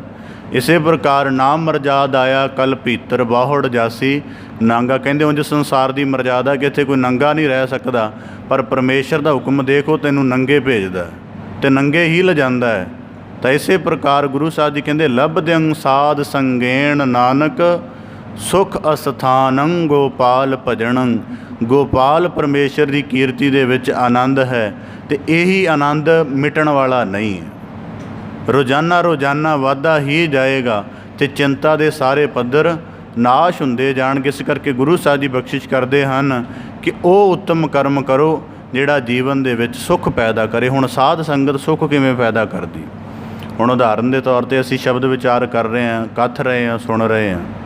ਇਸ ਗੱਲ ਨੂੰ ਸੁਣਾਂਗੇ ਤਾਂ ਬਾਹਰ ਜਾ ਕੇ ਕਿਸੇ ਦੇ ਔਗਣ ਨਹੀਂ ਚੇਤੇ ਆਉਣਗੇ। ਕਿਸੇ ਆਮ ਮਹਿਫਲ ਦੇ ਵਿੱਚ ਬੈਠੇ ਹਾਂ, ਉੱਥੇ ਕੀ ਹੁੰਦਾ ਹੈ ਕਿ ਥੋੜ੍ਹਾ ਕੁ ਸਮਾਂ ਅਸੀਂ ਸੁਹਿਰਦ ਵਿਚਾਰ ਕਰਦੇ ਹਾਂ, ਬਾਅਦ 'ਚ ਉਹਦਾ ਗਿਰਾਵਟ ਪੈਦਾ ਹੋ ਜਾਂਦੀ, ਵਿਚਾਰਾਂ ਦੀ ਗੁਣ ਅਵਗੁਣ ਦੀ ਚਰਚਾ ਹੋ ਜਾਂਦੀ ਹੈ। ਤਾਂ ਉਸ ਮਹਿਫਲ ਤੋਂ ਉੱਠਣ ਤੋਂ ਬਾਅਦ ਕਈਆਂ ਦੇ ਅਵਗੁਣ ਚੇਤੇ ਆਉਣੇ ਸ਼ੁਰੂ ਹੋ ਜਾਂਦੇ ਨੇ। ਜਾਂ ਇਸੇ ਪ੍ਰਕਾਰ ਹੁਣ ਇਸ ਤਰ੍ਹਾਂ ਤਾਂ ਨਹੀਂ ਹੋ ਸਕਦਾ ਕਿ ਤੁਸੀਂ 45 ਮਿੰਟ ਵਿਚਾਰ ਸ਼ਰਵਣ ਕੀਤੀ ਹੋਵੇ ਅਤੇ ਉਹਦੇ ਵਿੱਚ ਤੁਸੀਂ ਇਹ ਕਹੋ ਕਿ ਜੀ ਮੈਨੂੰ 45 ਮਿੰਟ ਵਿਚਾਰ ਸੁਣ ਕੇ 10 ਬੰਦਿਆਂ ਦੇ ਅਵਗੁਣ ਪਤਾ ਲੱਗ ਗਏ। ਅਸੀਂ ਤਾਂ ਕਿਸੇ ਸ਼ਖਸ ਦਾ ਨਾਂ ਨਹੀਂ ਲਿਆ, ਆਪਣੇ ਆਪ ਦੀ ਗੱਲ ਕਰ ਰਹੇ ਹਾਂ ਗੁਰੂ ਸ਼ਬਦ ਦੀ ਰੌਸ਼ਨੀ ਦੇ ਹੇਠ। ਤਾਂ ਗੁਰੂ ਸਾਹਿਬ ਜੀ ਕਹਿੰਦੇ ਇਸੇ ਪ੍ਰਕਾਰ ਅਸਲ ਸੁੱਖ ਜਦੋਂ ਮਨੁੱਖ ਆਪਣੇ ਨੇੜੇ ਹੋਵੇ। ਤਾਂ ਇਸੇ ਕਰਕੇ ਸ਼ਬਦ ਵਿਚਾਰ, ਮੈਨੂੰ ਕਿਸੇ ਨੇ ਪੁੱਛਿਆ ਕਿਉਂ ਜ਼ਰੂਰੀ ਹੈ, ਕੋਈ ਵੱਡੀ ਜਿਹੀ ਦਲੀਲ ਦਿਓ ਵੀ ਸ਼ਬਦ ਵਿਚਾਰ ਰੋਜ਼ਾਨਾ ਸੁਣਨੀ ਕਿਉਂ ਜ਼ਰੂਰੀ ਹੈ।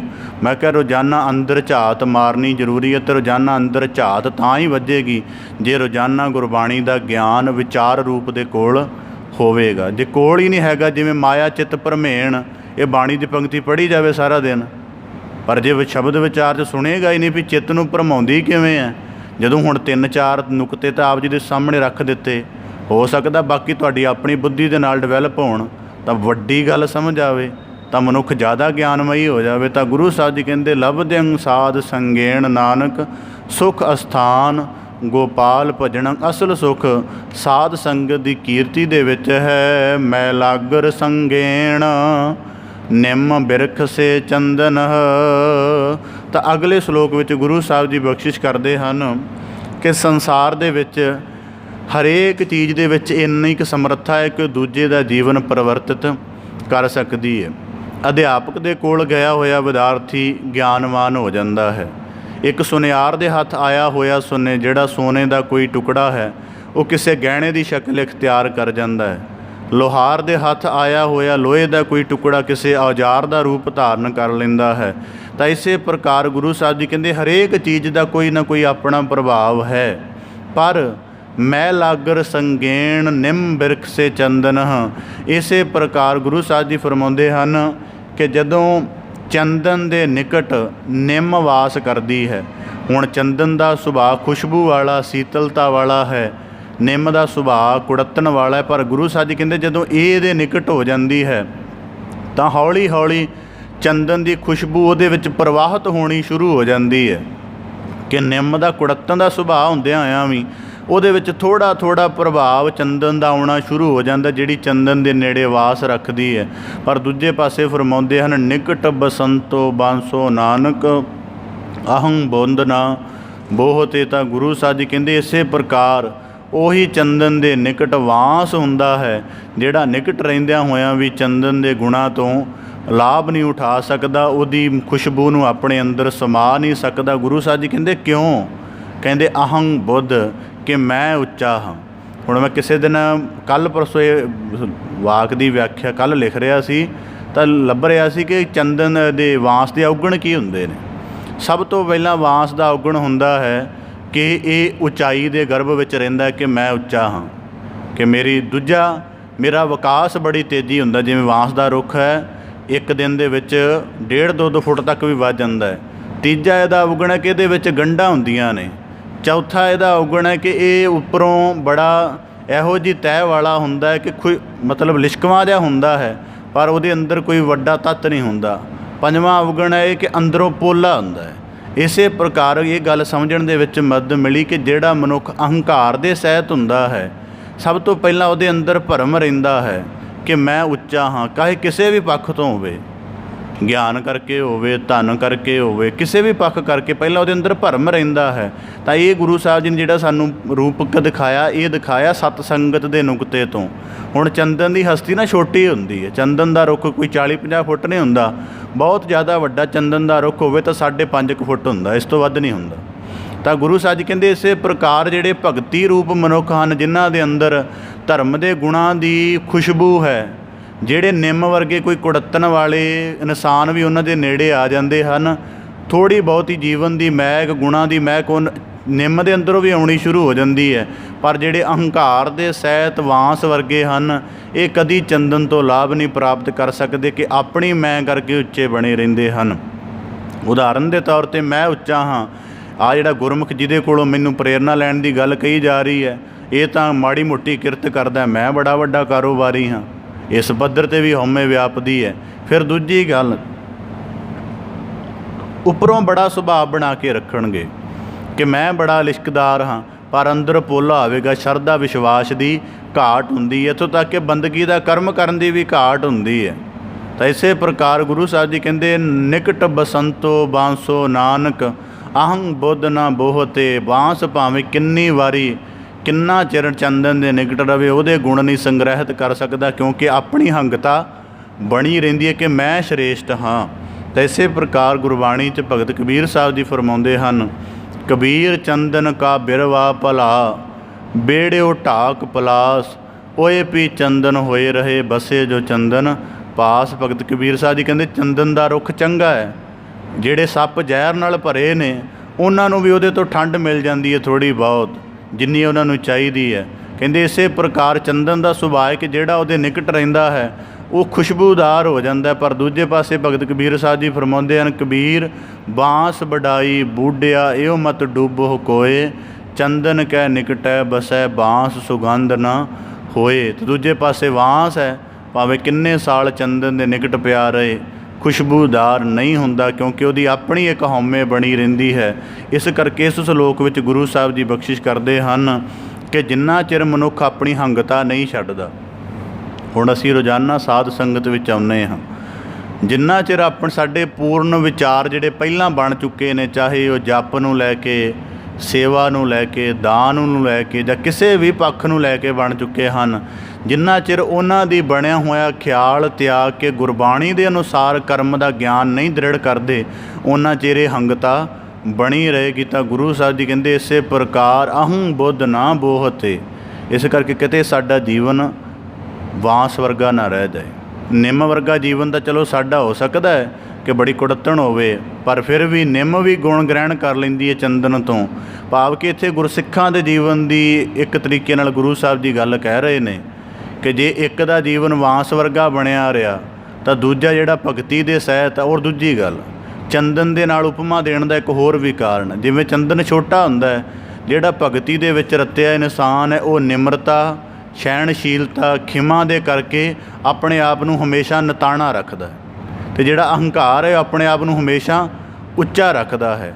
ਇਹ ਔਰ ਦੂਜੀ ਗੱਲ, ਬਾਂਸ ਦੇ ਰੁੱਖ ਦਾ ਇੱਕ ਇਹ ਵੀ ਔਗੁਣ ਹੈ, ਉਹਦੀ ਕਦੀ ਛਾਂ ਨਹੀਂ ਹੁੰਦੀ, ਛਾਂ ਤੁਸੀਂ ਮਾਣ ਹੀ ਨਹੀਂ ਸਕਦੇ।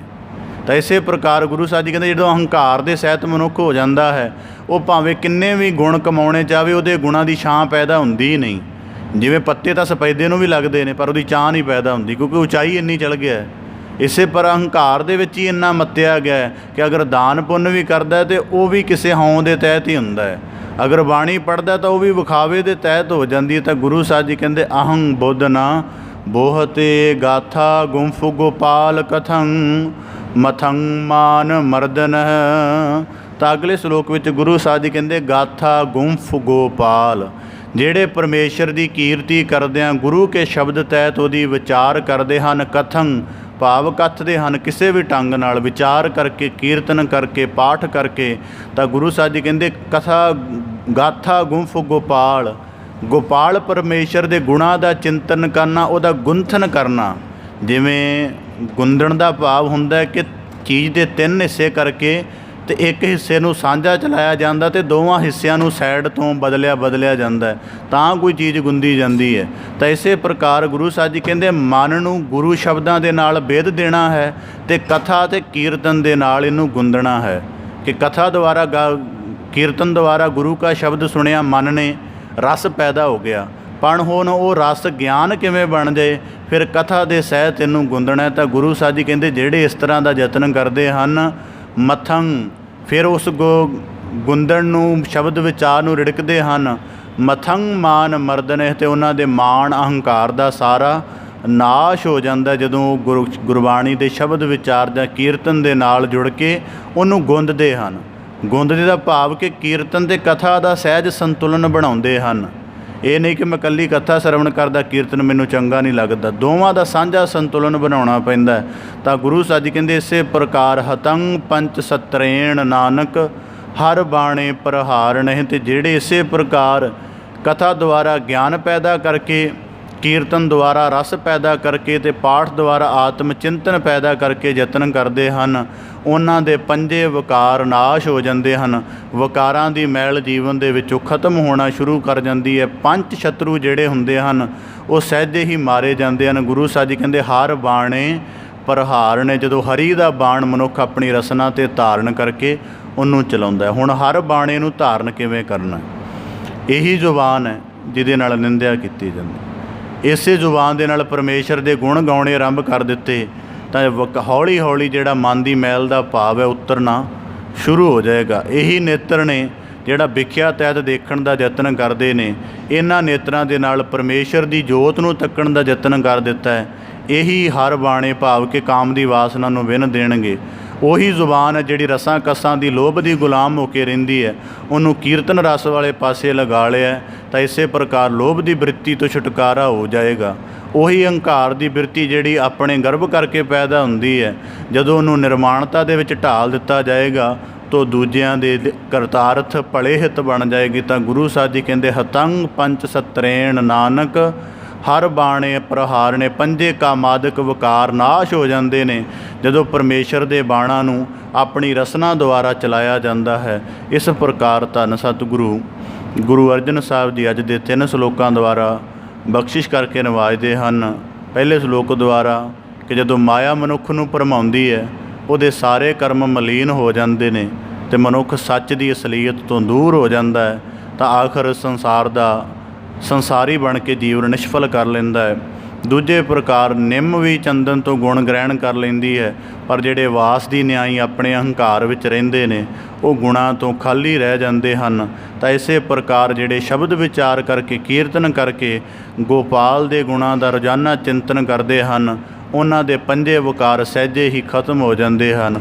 ਇਸ ਪ੍ਰਕਾਰ ਧੰਨ ਸਤਿਗੁਰੂ ਗੁਰੂ ਅਰਜਨ ਸਾਹਿਬ ਜੀ ਨੇ 3 ਸ਼ਲੋਕਾਂ ਦੀ ਬਖਸ਼ਿਸ਼ ਦੁਆਰਾ ਸਾਨੂੰ ਨਵਾਜ਼ਿਸ਼ ਕੀਤੀ ਹੈ। ਸਤਿਗੁਰੂ ਕਿਰਪਾ ਕਰਨ ਪਾਵਨ ਸ਼ਲੋਕਾਂ ਦਾ ਭਾਵ ਉਪਦੇਸ਼ ਸਾਡੇ ਸਾਰਿਆਂ ਦੇ ਹਿਰਦੇ ਅੰਦਰ ਵਸ ਜਾਏ ਜੀ। ਸਾਰਿਆਂ ਦਾ ਇੱਥੇ ਪਾਇਆ ਸਫਲਾ ਹੋਵੇ ਜੀ।